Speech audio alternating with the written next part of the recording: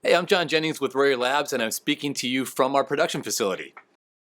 We are asked every once in a while, actually quite often, how to tell if a ribbon microphone is stretched, if the ribbon is damaged in any way.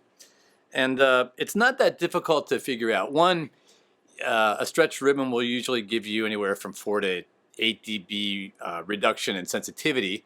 You'll get kind of a flubby bass, your highs will be gone. It just won't sound that good. Here's some ways to check it to see if the ribbon is stretched.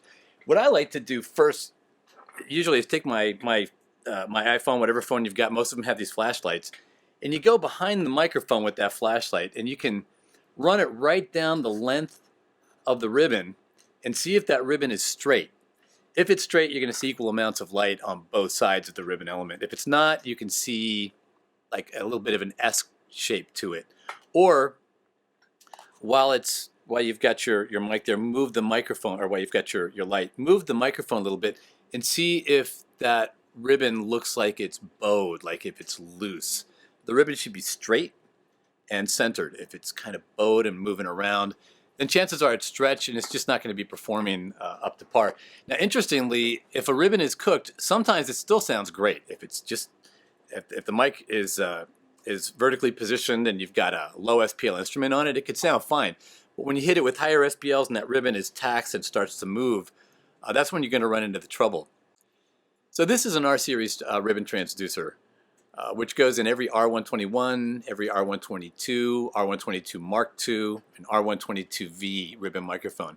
The R101 has a transducer that's very close to this, but just a little different. So this is the exact transducer fitting in our R-series mics. This has the damping screens, which restricts the movement of the ribbon to some degree. That's what it's designed for. This is that same transducer without the damping screen. And you can see the ribbon clearly in there. You see the corrugated ribbon element clamped at the top and the bottom, hanging very evenly between the magnets and very straight.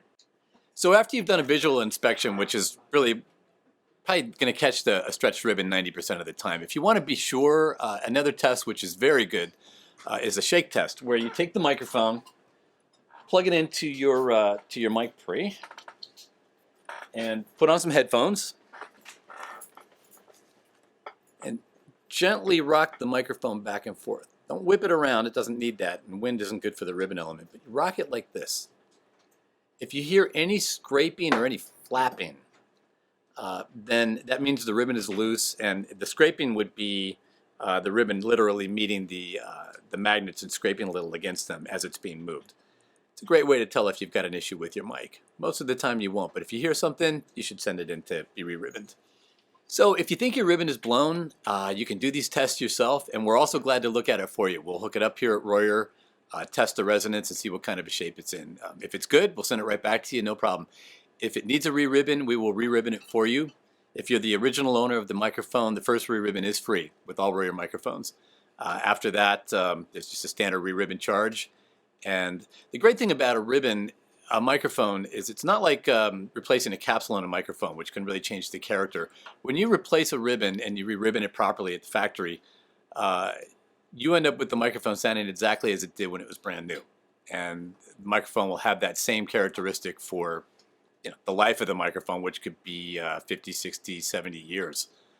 So anyway, you would go to our website, go to the repair section, and just follow the instructions there for sending the microphone in to us. We'll take care of it for you.